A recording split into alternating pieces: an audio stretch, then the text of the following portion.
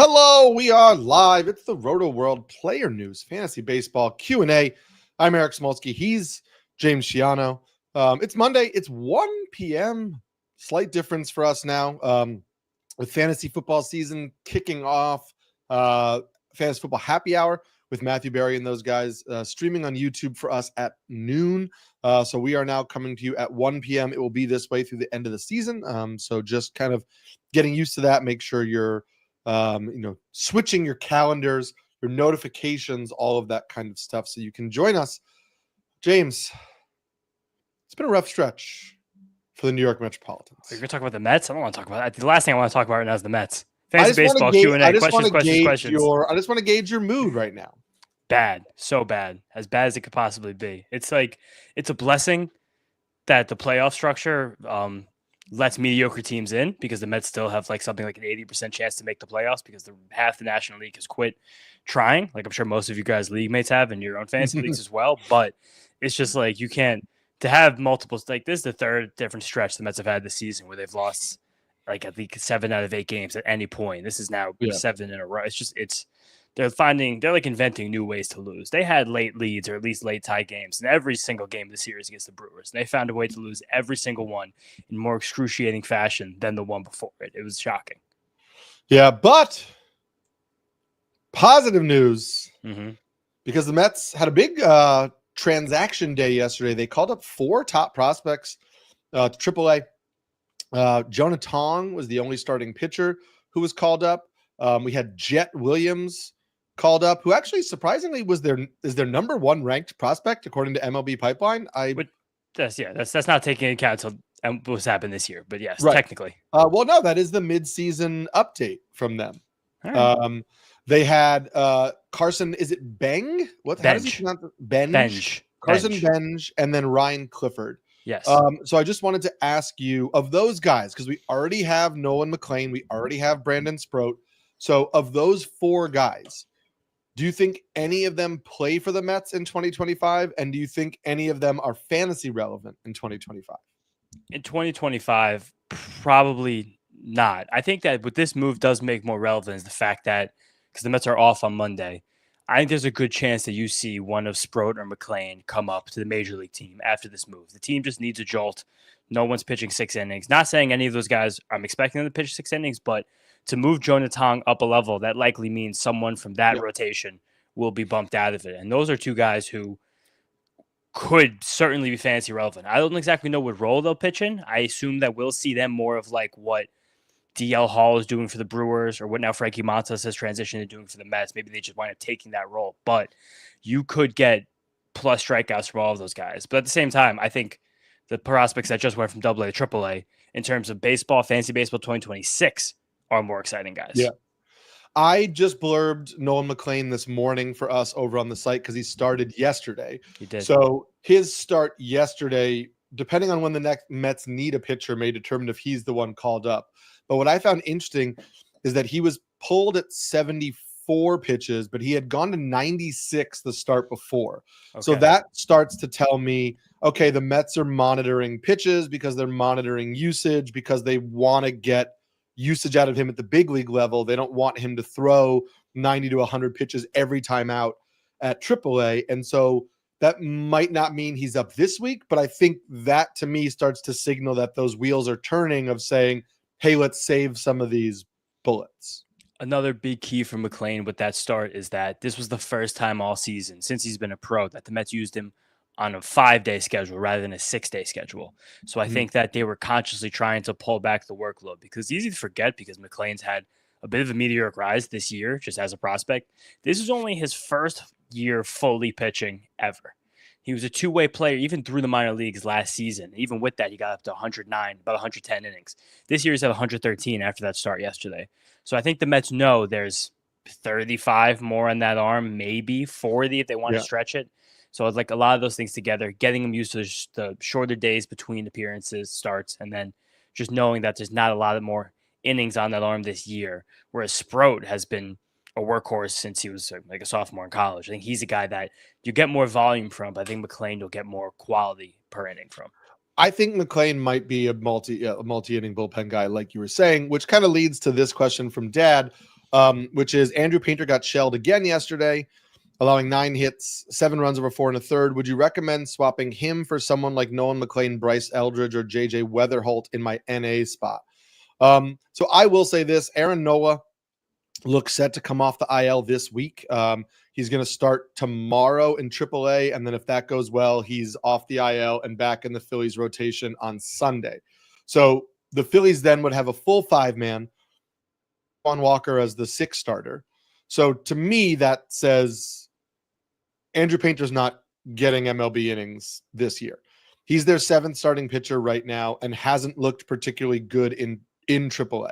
So I think you could swap out Painter here. I think you made a good case just now for why Nolan McLean might not be a great NA stash, because I don't know that the fantasy value is going to be there. Bryce Eldridge and JJ Weatherholt, I mean, that you're now pivoting to offensive players, but those are 2 very good offensive players. And August 15th is when I think you're going to start to see a lot of prospects get called up, or the 16th, because once they've spent 45 days on the active roster, they lose rookie eligibility. So if you call a guy up on the 16th, plays out the rest of the season, he is under the 45 days. And so I think you might see Weatherholt. I think you might see Eldridge.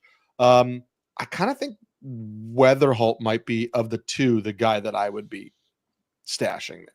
But then do you think Weatherholt just displaces Nolan Arenado in the moment? You think the Cardinals just do that? Well, he's on the IL right now, Arenado. But it's not long-term IL.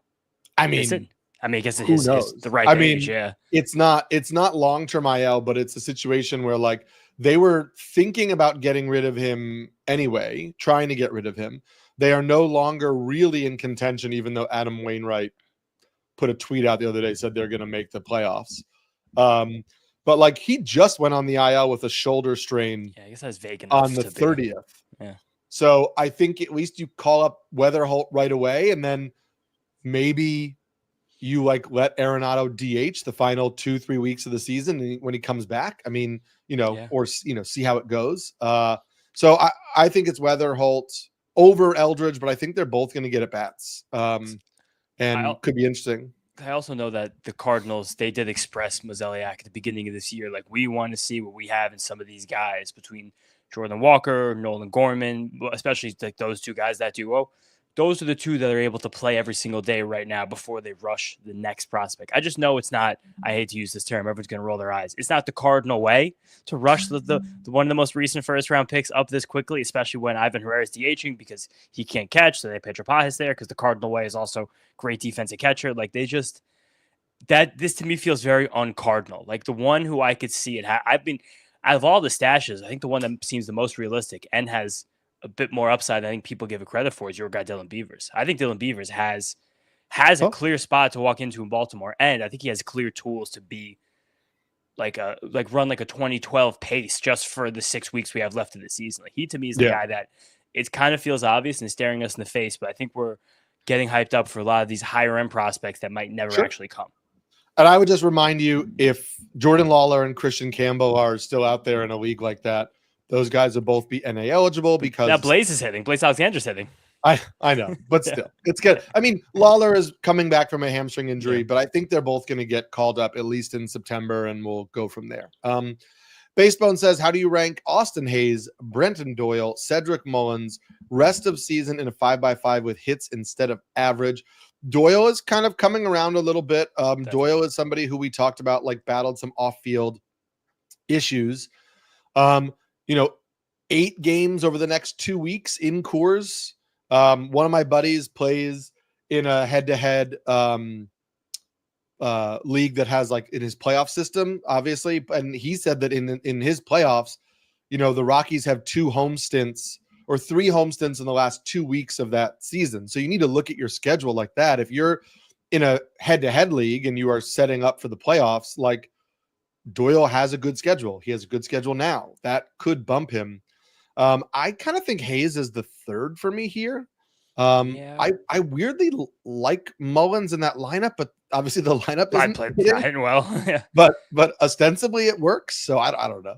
Mullins has come around. Mullins actually had a good weekend against the Brewers. He had his first home run as a Met on Sunday. It was also his first opposite field home run of the season. He took a nice Quinn Priester, I think it was a cutter, nicely to the opposite field. But the Rockies, just there's so many home games coming up for people in matchup playoffs. That first week of September, Monday, September 1st, all the way through September 7th, it's 6 home games for the Rockies. And then they have another, there's also a 3-game series directly after that too, or directly before it. So they're home a lot. There's 2 big homestands coming for the Rockies in the next 3 weeks. It's the time to stack the roster with Rockies right now. Got to do it. Jordan Beck also, Tyler Freeman still hanging on, Mickey Moniak. A lot of guys out there. Ezekiel Tovar. Jetta wants to know. Second part of this question. I would lean Manzardo over Torkelson. Manzardo, another guy we talked about, really rough beginning of the summer when his mother was undergoing the heart transplant. But Manzardo has been really good for like the last month at least. And we know he's going to play against all right-handed pitching.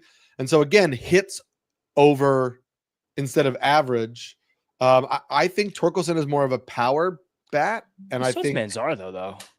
I mean, I would slightly lean Torkelson in that. Would you rather? Because Manzardo still does cede the playing time to the lefties. I think that's kind of a relevant thing here. Sure. Let's do this exercise together. So since July 1st, I'm gonna say primary position, first base, we'll sort by weighted runs created plus, and we'll just see what we get from that and if we need to reduce. But I wonder if Manzardo is going to be if Manzardo and Torkelson hitting 268, 8 home runs, 18 RBI, 18 runs, 15 RBIs. If you do standard, since this is hits over average, Torkelson has 34 hits since July 1st, which is pretty good.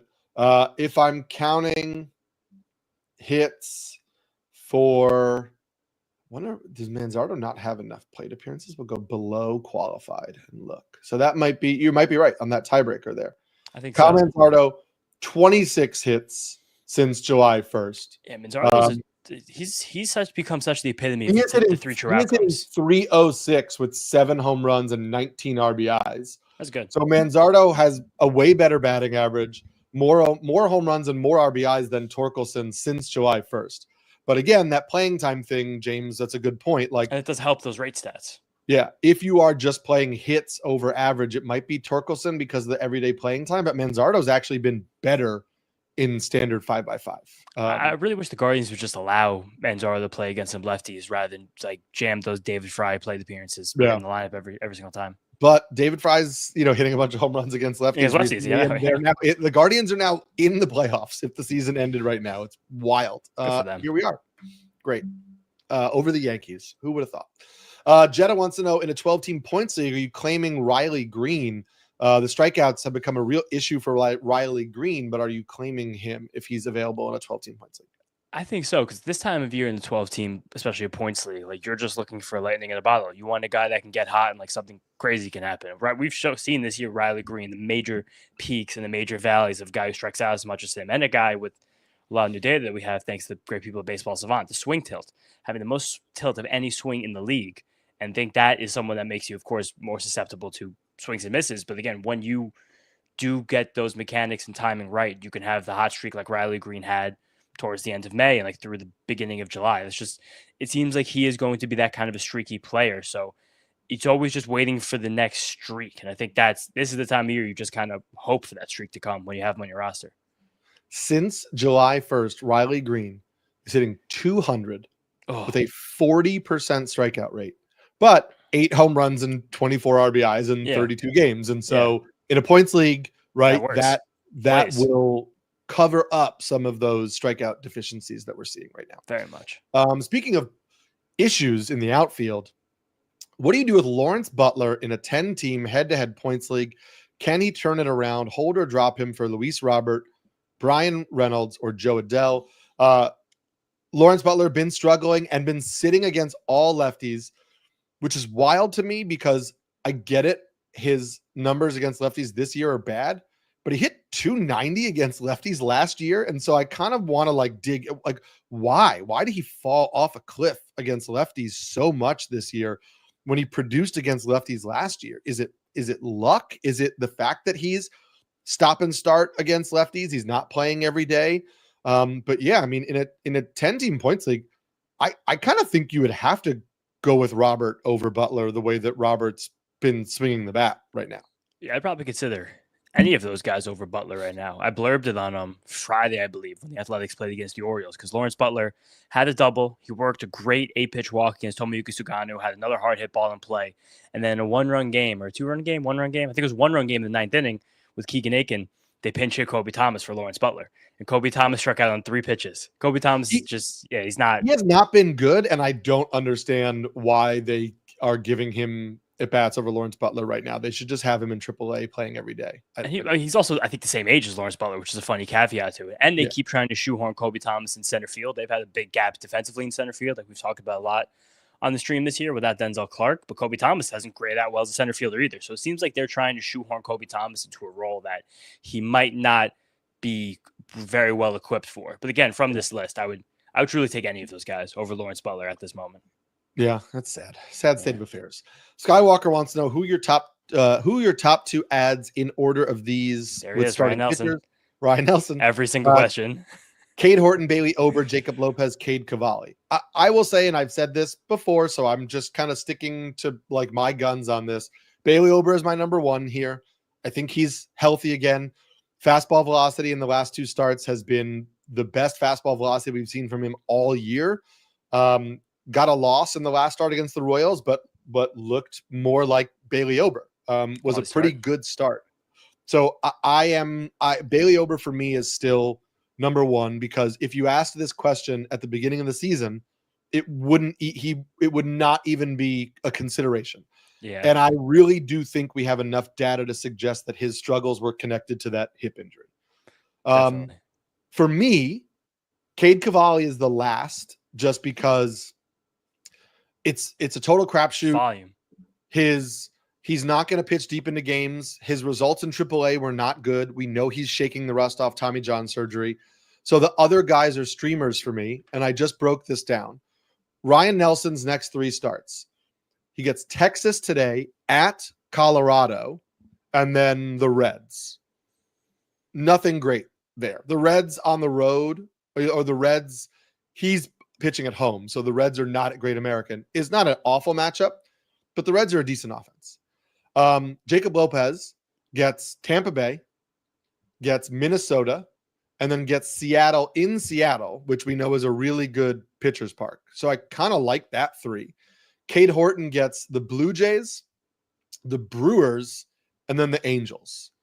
So I think I lean Jacob Lopez as the number 2 here, because for the next 2 weeks, I would much rather have Jacob Lopez's starts of those 3 arms. This time of year, especially in your weekly leagues, you kind of want to be able to get ahead of matchups like you're talking right now. And Horton, while the next week is Brewers and Angels, it will be in a 2-start week. So I think that kind of finding a way to put Cade Horton on your roster at the moment. While he's done nothing differently, he's still a fine pitcher. What? Jacob Lopez is 2-start also. Minnesota, Seattle, 2-start. But the Minnesota's at home. That changes a little bit. No, Minnesota on the road, Seattle on the road. Okay, double on the road. Yeah, you're right. Go Jacob Wilson next. I think that, it's fair. You just kind of have to be looking ahead at the matchups at this point in the season. Yeah. But it's also, and we may have to start a column like that. I know that Nick Pollock does one over a pitcher list. I used to write it for Nick. But it is super useful in the coming weeks to get ahead of those streaming schedules. Oh yeah, that was my column, pitcher list. All right, we'll have to talk to DJ. You got to get on that here too. Yeah. James says thanks for the Edward Cabrera recommendation. Hey, you're welcome. We love him, and so much. Hope he keeps pitching well. Wish that the Mets or Red Sox had traded for him, but whatever. What are you gonna do? Badly. Please advise which one minor league starting pitcher you would pick up for the fantasy playoff stretch run in September. We will say with the caveat here that it's hard to say this for sure without knowing the schedule at that point. And we are far enough away from September of who's going to come up and what teams are they going to face that it's hard to know what the schedule is. So James and I can give you some minor league starting pitchers we think will get a shot, but when they do get called up, their schedule might change the answer. I'm still saying Bubba Chandler, people. Like I will die on the hill that a starting pitcher who had a 2.09 ERA like at the beginning of June and deserved to make the team out of spring training and then deserved to get called up then and didn't get called up. And that article came out this weekend from Noah Hiles of the Pittsburgh Post-Gazette about a quote where Bubba Chandler said he was frustrated that he wasn't called up. And he said in there, Bubba told me in May. So in May, Bubba Chandler was pissed off that he didn't get promoted. And you could see it. What do you know? When did the results start to tank? Yeah. It's hard to, I hate to take the boring path on this answer, but basically besides Bubba Chandler and maybe Brandon Sproat from the Mets, I don't know if there is a minor league pitcher to stash that can make a big difference down the stretch. Like these guys don't have the same workloads or ability to go deep into the season that the major league guys have. So like a lot of these guys will be shut down probably for the next couple of weeks. Let's cheat because it's not a full minor league starting pitcher, but Kyle Harrison could take Dustin May or Walker Buehler's spot in the rotation for the Red Sox, and he doesn't have the workload concerns. And the last start in particular with this pitch mix tweaks, they've added a cutter. It is looking better for Kyle Harrison.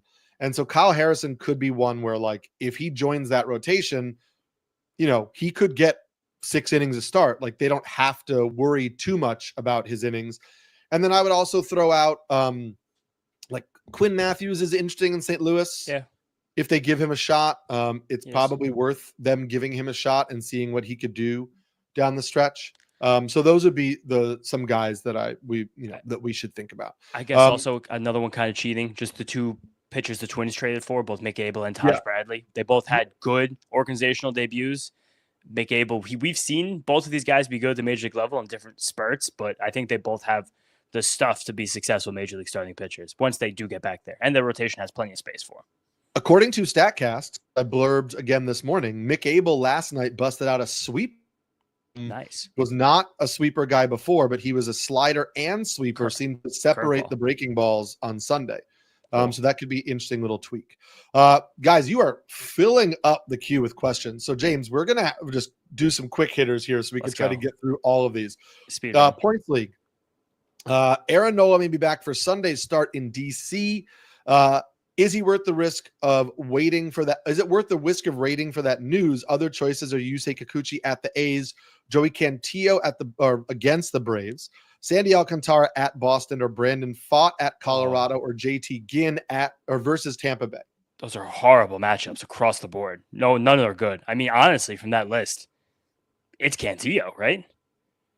Even though now, unless you go with Nola. Yeah. So I think I would wipe off every single option there. I guess I do trust Kikuchi over these last couple of months, but I really am terrified of Sacramento right now. This is the hottest time you're going to have in that ballpark. I would, again, be horrified to make any pitcher starting there.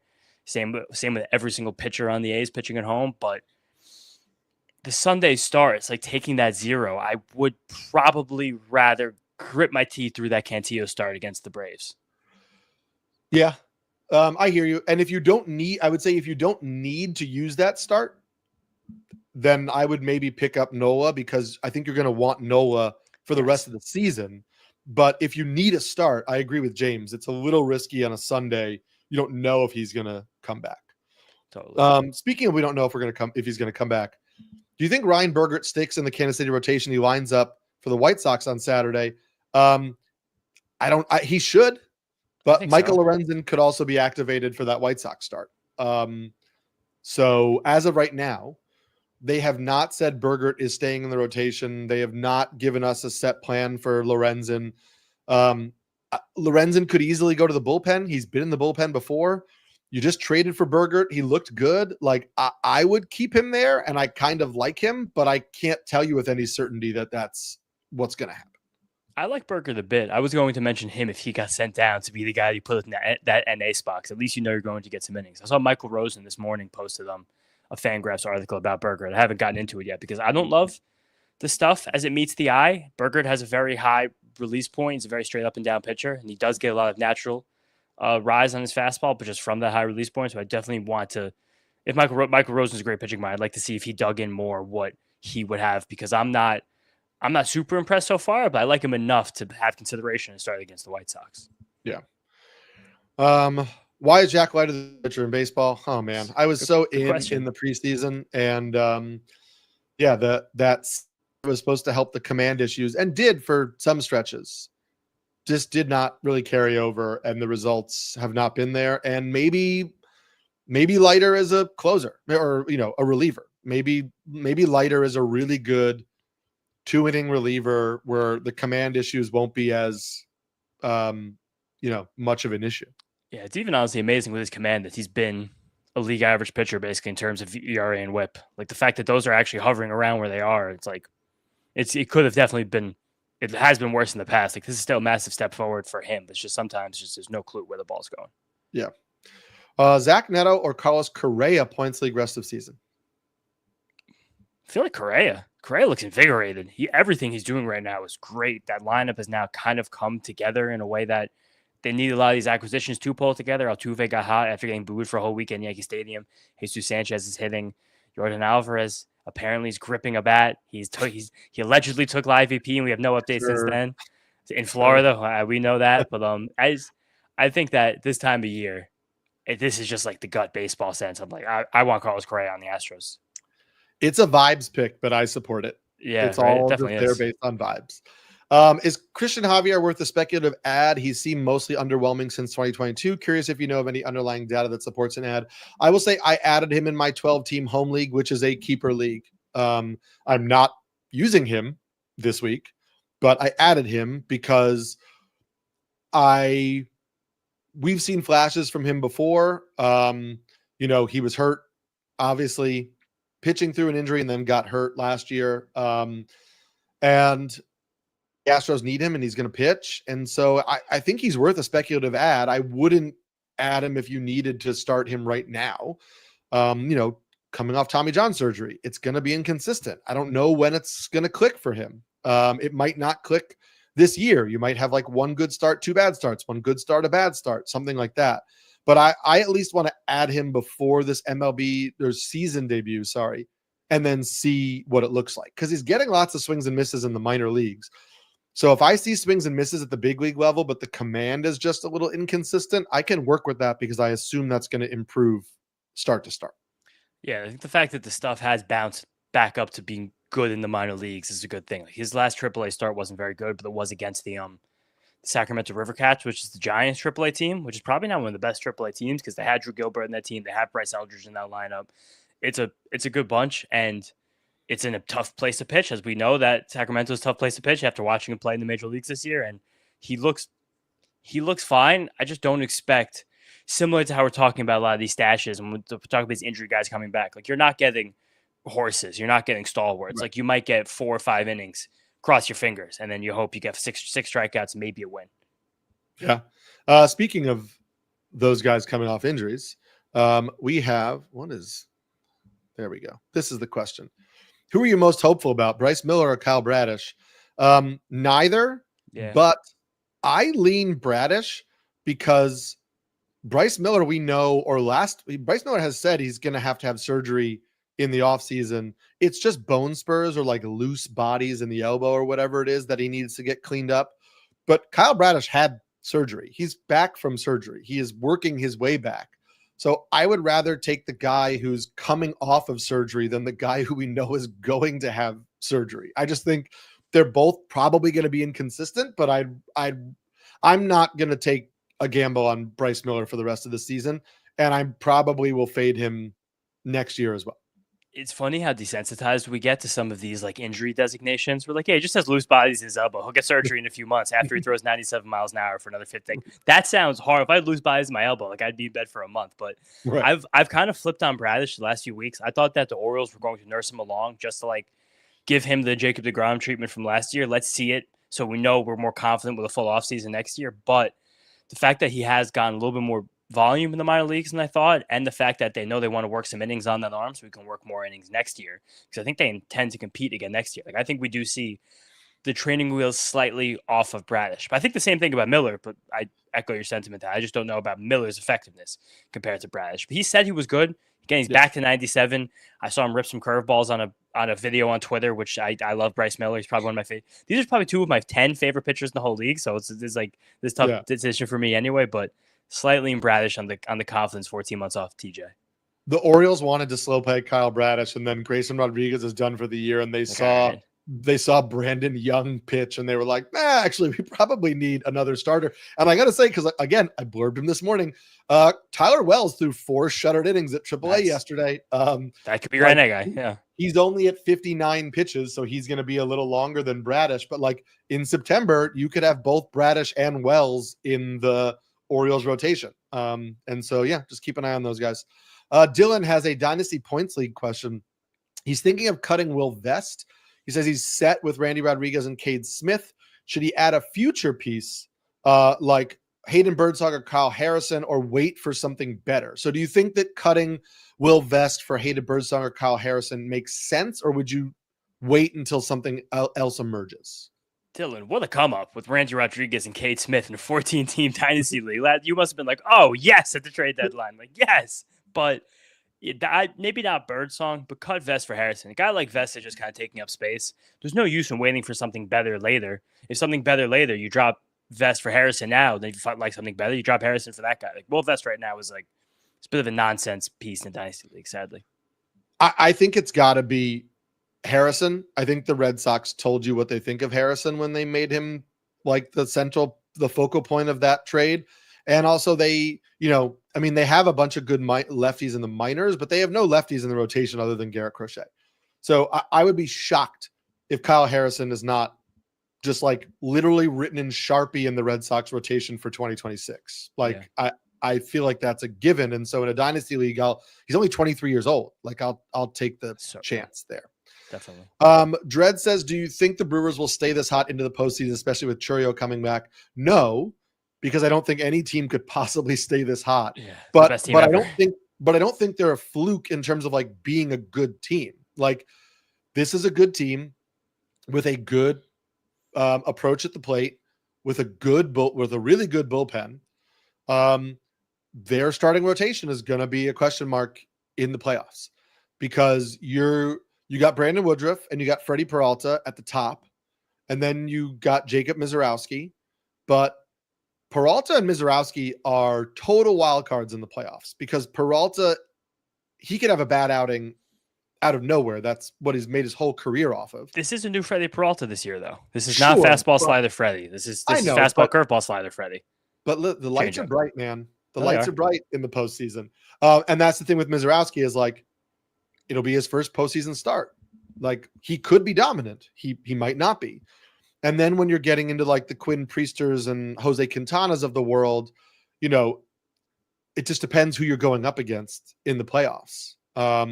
Sadly, if they face the Mets, like that rotation kind of stacks up. If they face the Phillies, and if Aaron Nola looks remotely like himself, and you've got Wheeler, Christopher Sanchez, Nola at the top, like that could be a problem for the Brewers.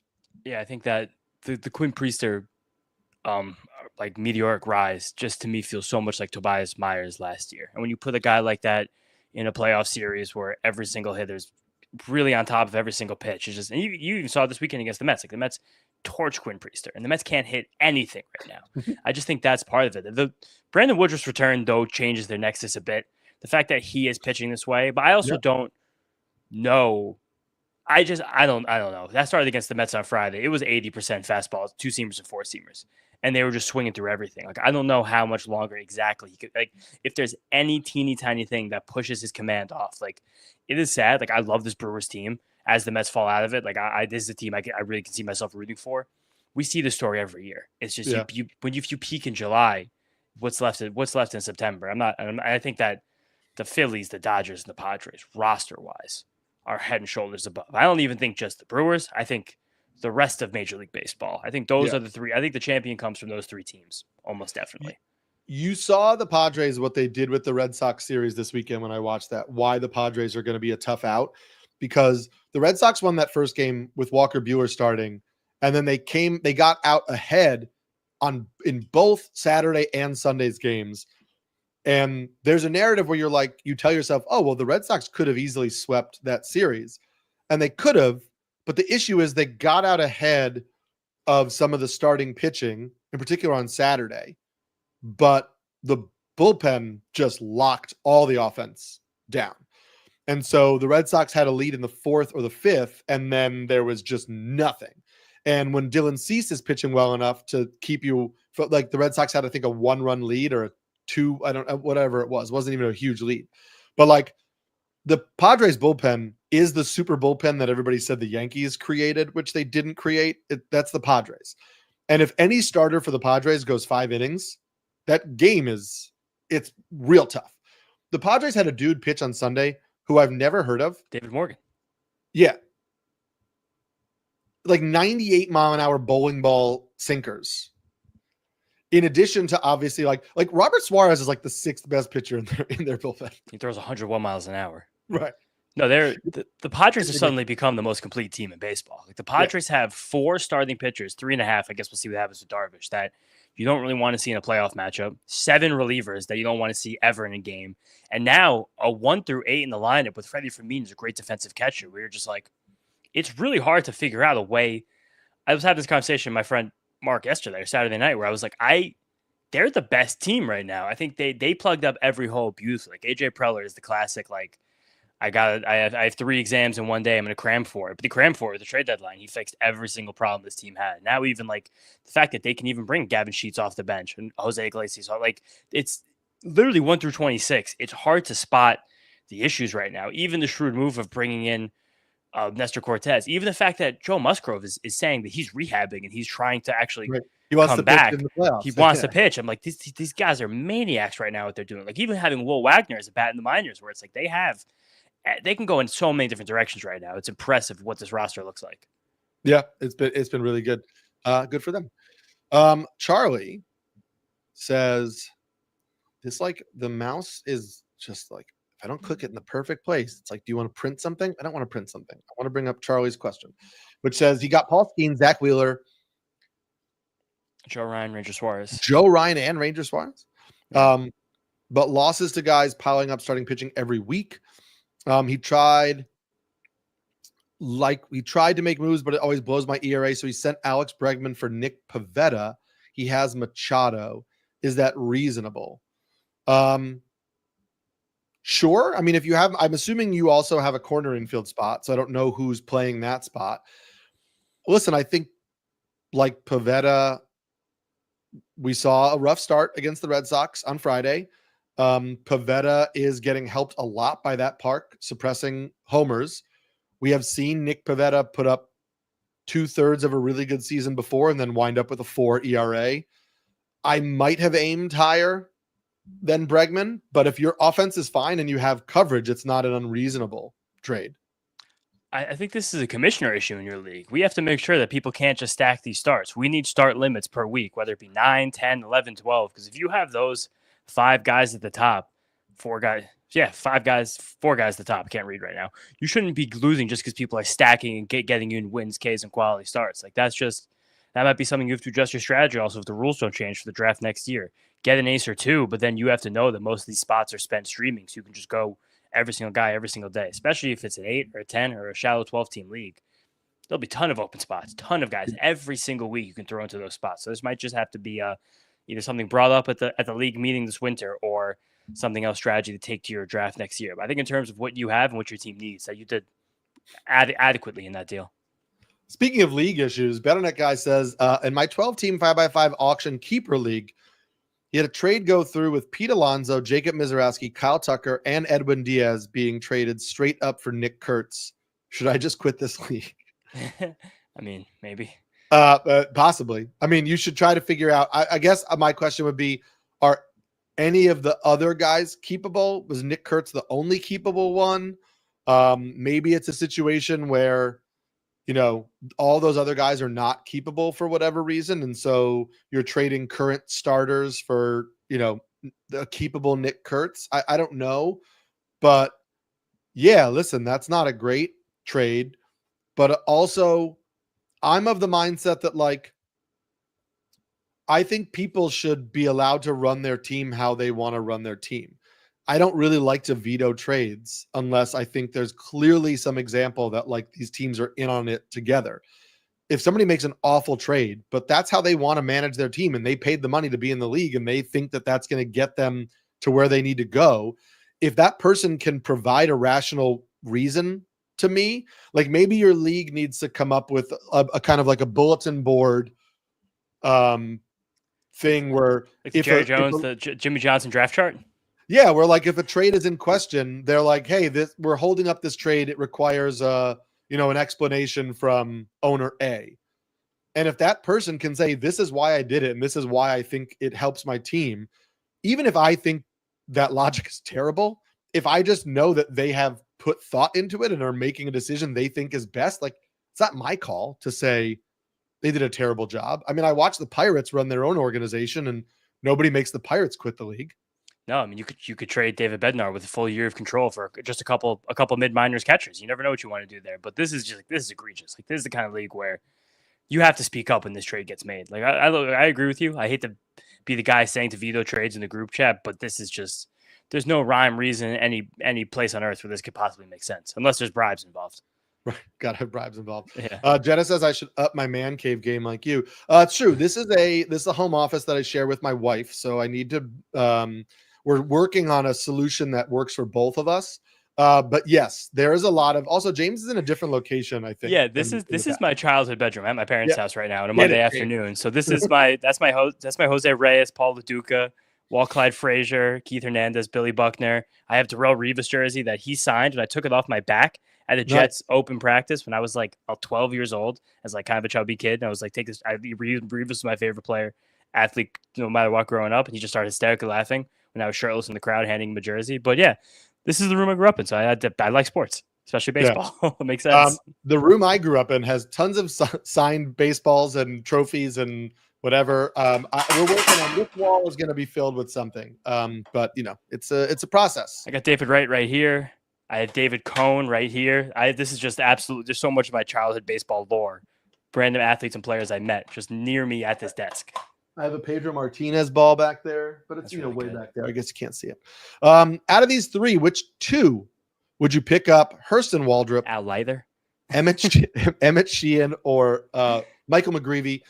To me, Sheehan is the top here. The Braves have said that they're keeping him the Dodgers have said they're keeping him in the rotation as a 6-man rotation. And so Sheehan for me is the top guy.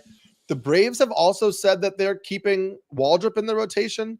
I don't know I don't know how that's working, but I kind of like Waldrop, and Waldrop is my number 2. I like McGreevy this week only because he faces the Rockies away from Coors. But Hurston Waldrop gets the Guardians, and we talked about that they're winning games, but it's not like their offense is like ungodly. I wrote an article, which I would encourage you to check out over on NBC Sports. It was my weekly pitch mix article. I did a whole lot on Hurston Waldrop. I cited a lot of Braves writers that are in there, like Lindsey Crosby, who's on Twitter, some other guys who follow the Braves minor league system. And they picked up on 2 things for Waldrop, where like he went to a sinker instead of a 4-seam fastball, and he changed his mechanics. He had like this knee drive that like when he would elevate his knee in his windup, it almost like his knee like hit his chin, like it was so high. And he limited that to now be like knee up by the belt. And so he's more in command and more down the hill when he pitches. His command has gotten much better. And if he can get ahead, his splitter is nasty. Yeah. And so like there's a little bit of the Kevin Gossman to Waldrop where like his secondary pitches aren't great. And if he can set up the splitter, he'll be good. But Waldrop could not set up the splitter before. But I think this new approach will help him with that. I think it was fun with Waldrop the first go around we saw him, which was last year, if I remember right. Like we knew that splitter was great. The fastball was bad, but he did have that ability. He tried other things. Like he tried to kitchen sink his way around it. And now it just seems like that the kitchen sink is a lot more functional with those changes. I read it. That was a great article. I'm putting Waldrop in my waiver wire piece tomorrow as well. But at the same time, this week, just the fact that Michael McGreevy has the Rockies at home, it's hard to go away from that. Also, who's Waldrop going to bump in this rotation? Not that there aren't tons of options of guys to bump, but just based on the scheduling and the timing. Like you say, if he gets the Guardians, so is he going to bump Fedde, who they just acquired? That's what Rotowire is expecting, that he bumps. Does Fedde just move back then? Do they go and they They don't have that. They have Fetty out. Because But again, the Braves haven't said that. But listen, Fetty, Carrasco, Bryce Elder, like just get rid of one of them. Like it doesn't really matter. On that same ilk, in a lot of leagues where I have Spencer Strider, I know he's listed for the 2-start week this week, but I'm actually sitting him because I think he's going to lose that 2-start week because of the reinsertion of Waldrop. And like that's something that this time of year, it's just kind of when the team either has an off day Monday or Thursday, and a guy pitches on Tuesday or Monday, whatever lines up. If he's lined up for Sunday, you know you're kind of like 50-50 because how often things change this time of year for that 2-start week. So the blind 2-start week for Spencer Strider is nerve wracking because you also kind of like Joey Wentz right now, right? I do like Joey Wentz because that would be his Waldrop technically day. It seems like to come back in would be next Saturday with the off day Monday. Yeah, but they can't. Wentz has been much better than the other two guys. So yeah, I can't do it. Bet on it guy also says Chris Paddock, Joe Boyle, Spencer Arrighetti all got lit up last week. Are they even worth rostering going forward? Schedule dependent. I think that, well, first of all, Arrighetti, it was his first start off the IL. He got tons of whiffs, but a lot of contact. I never start a guy, well, not never. I rarely start a guy first start off the IL, which means I'm rarely going to judge a guy first start off the IL. So I still think Arrighetti is worth rostering. Obviously, the start in Fenway. No, it's home. Oh, no, it's in Houston. But the start against the Red Sox is also not a great one. But I still think it's worth keeping him on your team. At least he's not lefty facing the Red Sox. Yeah, and then that's true.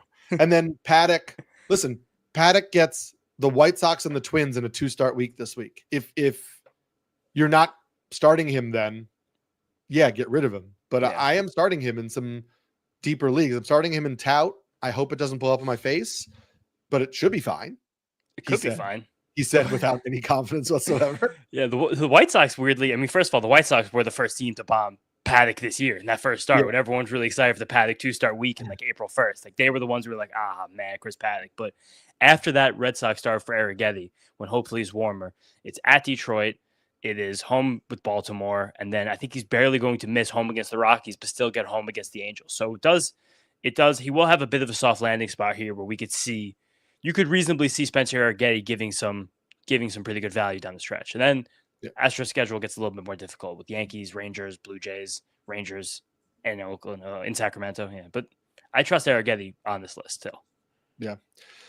James says Kevin Gossman is available in my week-to-week categories league on the waiver wire. Any thoughts on him? Thank you. I just think Gossman has settled into kind of like a high-end streamer. Like we know he's a volatile pitcher.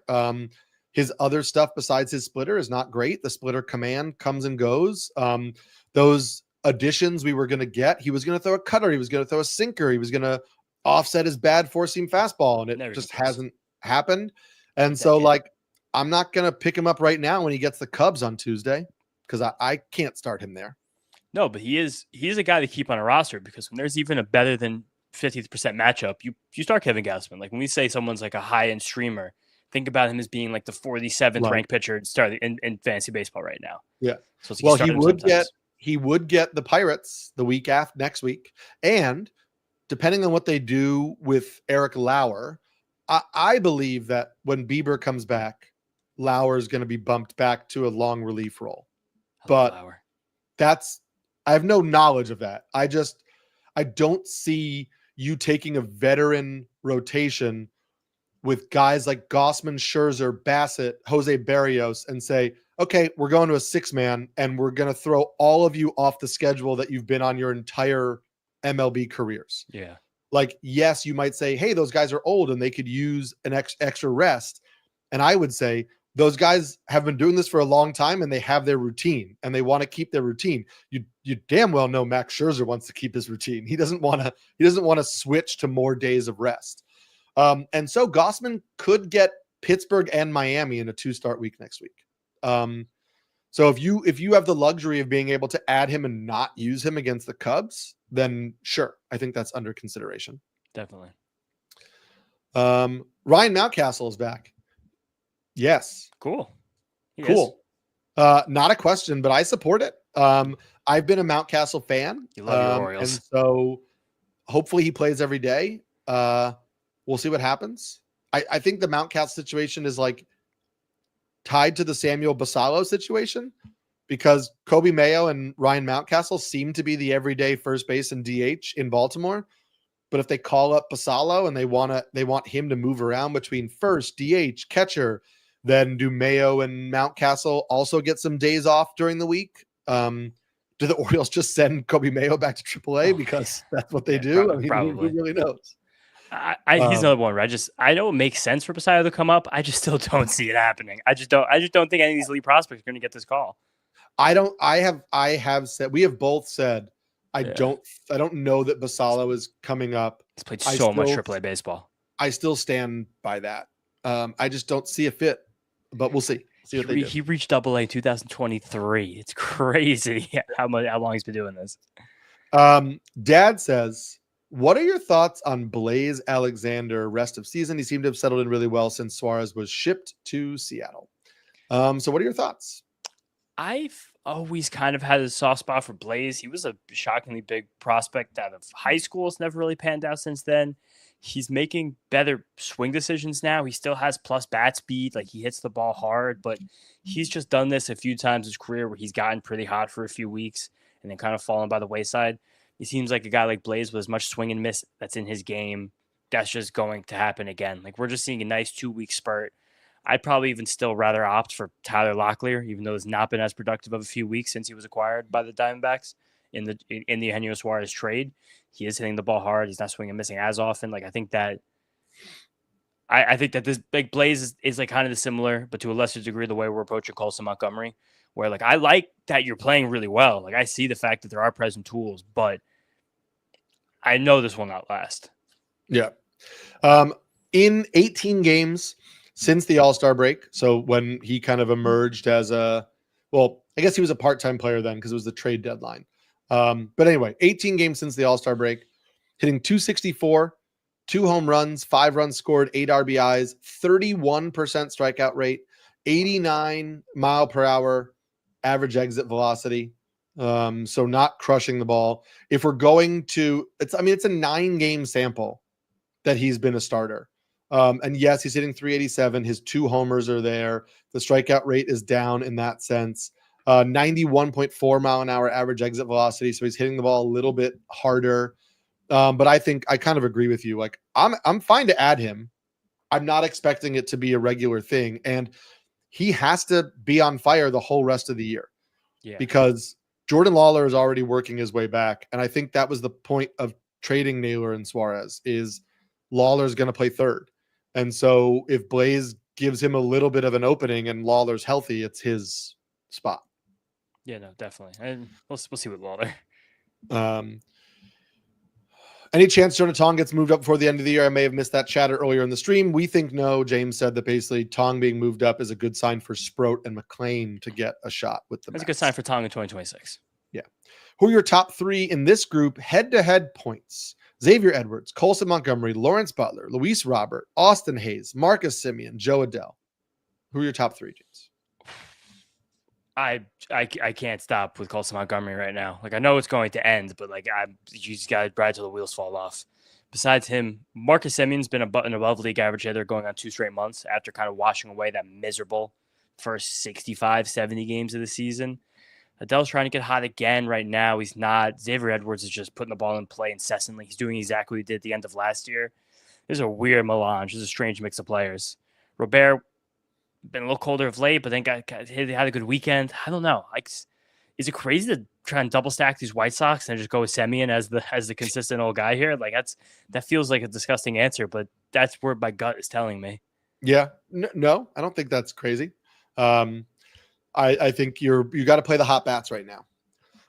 5 minutes left in our stream. You guys are crushing with questions, so we're going quick now, James. We're going even quicker than before because we say quick and then we keep talking. Speed. Let's just, instead of ranking quality starts league, well, it's only 3. So quality starts league. Jacob Lopez versus the Rays, Matthew Liberatore versus the Rockies, or Michael McGreevy versus the Rockies. How do you rank those? Just in these exact starts because of Sacramento, Liberatore, McGreevy, Lopez. Yeah, I get that because it is Tampa Bay, but it is in Sac. Lopez has been so good, but yeah, I don't begrudge. I'm scared of those starts. Yeah. Yeah. James Coffey said, I picked up Luke Keeschel off waiver wire. Your thoughts on him? Great show. Hey, thanks. I thought that Luke Keeschel was more of a better real life than fantasy player who I said would probably be more of a 15-team league guy. I will acknowledge that I think he could be rostered in 12-team leagues. I think should be rostered while he's hitting this well. But I love what Eno Sarah said about him on Rates and Barrels because I think it adds up to how I view him too. He has 3rd percentile bat speed, but he has one of the shortest swings in the majors. He has a 50% pull rate. So the power you're seeing out of him might be his max power unless he gains bat speed because he has really poor bat speed and has optimized his approach to hit home runs with really poor bat speed. So I think he's a full season, like 15 homer, 20 steal guy who's awesome. going to hit 280. And so that's good. It's great. That especially at a second base position where that's not deep.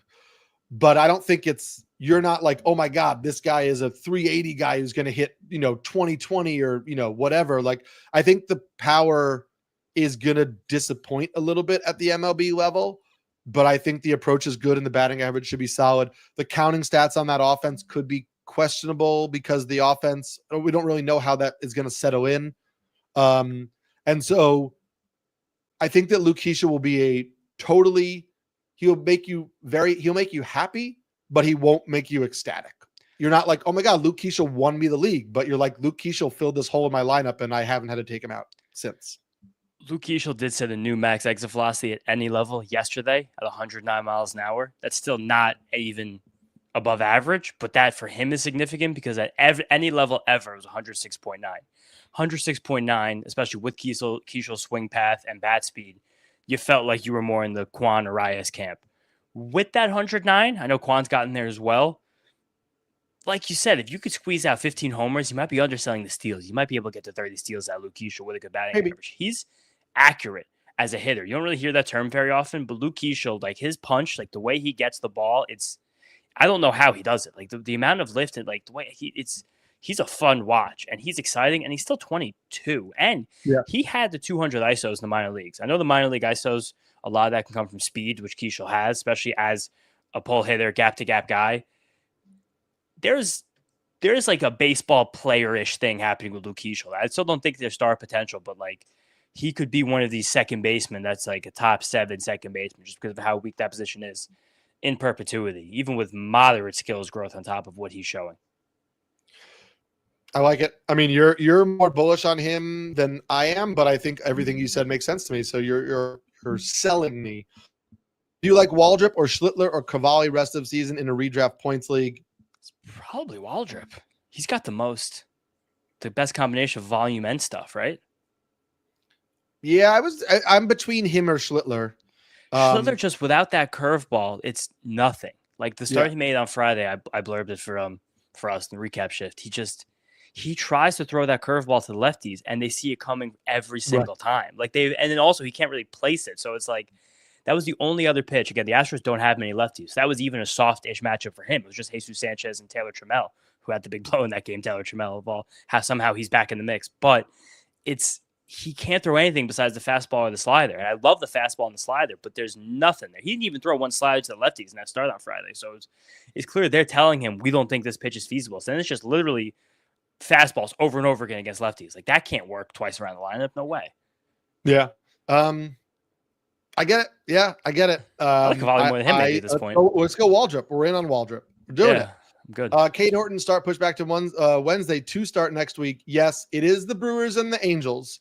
So the Brewers start is not ideal, but yeah, Kate Horton, fire it up, looking good. More Keeschel talk. Correa 6 games, 3 Boston, 3 Baltimore, or Keeschel 7 games at New York, 4 Detroit. I think we kind of just mentioned. I think you got to ride Keeschel while he's swinging it like this, plus the extra game. Oh yeah, Keeschel's fun. He's not a good bat for Yankee Stadium though, as a righty with actually not the easiest left field to homer out of. I mean, seeing that walk-off home run yesterday with the 109-mile-an-hour double, I'm in on Keeschel. He's in. I'm going to let you answer this because I have tons of bias, but how do you rank these pitchers rest of season? Mackenzie Gore, Lucas Giolito, Brian Bayo, Michael Wacha. I weirdly might like the Red Sox. I think I might. Giolito Bayo, Gore, Waka, but I think Waka could still be the best. Gore is just, do you want to play Russian roulette with Mackenzie Gore? Because I don't. Last week in the daily, I started him for the blow up and I sat him on Sunday, and I fully tilted about it. Like Bayo's been the most consistent, weirdly enough. Giolito probably is the highest upside, and Waka's the most consistent, but with the lowest upside. There you go. I'm not going to weigh in because I have my Red Sox bias, but I think what James said makes sense to me. Brendan Donovan or Colson Montgomery points league. I think Montgomery all the way. You got to go with Montgomery right now. The wall's hot. Peyton Toll coming up August 15th. No, not August 15th. No, definitely not. The Red Sox just called up Giovanni Moran today, who you might remember from the Twins. Stuff plus 2022 legend. Yeah. So the Red Sox have 5 lefties in their bullpen, because they have Chapman. They have, unless another move comes down the pike. So we'll see. But they have Chapman. They have Justin Wilson. They have Steven Matz. They have Chris Murphy. And now they have Giovanni Moran. So they don't need another lefty in the pen. Kyle Harrison is ahead of Peyton Toll in terms of starting pitcher. But I do think you're going to see David Sandlin come up for the Red Sox. He's a starter who was throwing 98, 99 as a starter. They got him in a 1-for-1 trade for John Schreiber. And Sandlin has been good as a starter, but I think he could be an interesting bullpen arm for the Red Sox down the stretch. Let's see. We talked about, do you think Jacob Mrazowski will be reliable until September? No. We got to see him. He's got to come back first. Yeah. We think he's being activated, but he has not yet been activated. Do you think Will Warren is the best starter on the Yankees right now? No, but I still like Rodon and Max Fried more, but yeah, a lot for sure. Yeah. I just want to add this because Van added, instead of Montgomery, Vaughn and Marcy. There's so many guys there. So is it still Montgomery for you, even though that Vaughn and Marcy are in there? Might be Vaughn. Yeah. I think probably Vaughn. I just want to say, I'm so in on Jacob Marcy, though. You are very in on Jacob Marcy. Very in. But you know what? It's worked out for me so far. I'm okay with it. It's great. I'm stipulating like for fantasy. I think the fantasy profile is great. I think there are issues with the real life profile, but I think the fantasy profile is like some true 5 category goodness there. Mm-hmm. Frank is going to end it here. It's just so nice. You guys are too popular and handsome.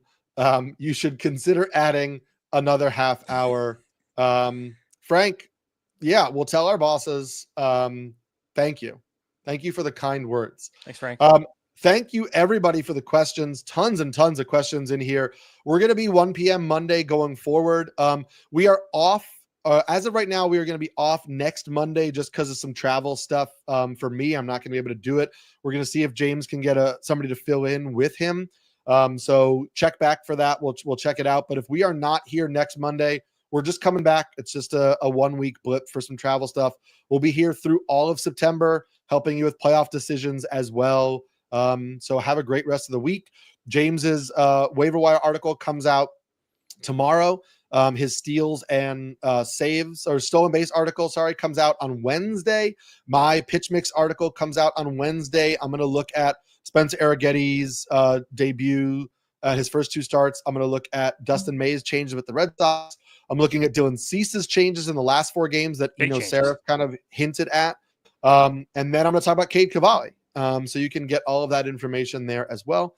And my waiver wire article comes out on Sunday. Have a great rest of the week. And we will see you next week, hopefully, on the Rotoworld Player News Fantasy Baseball Q&A.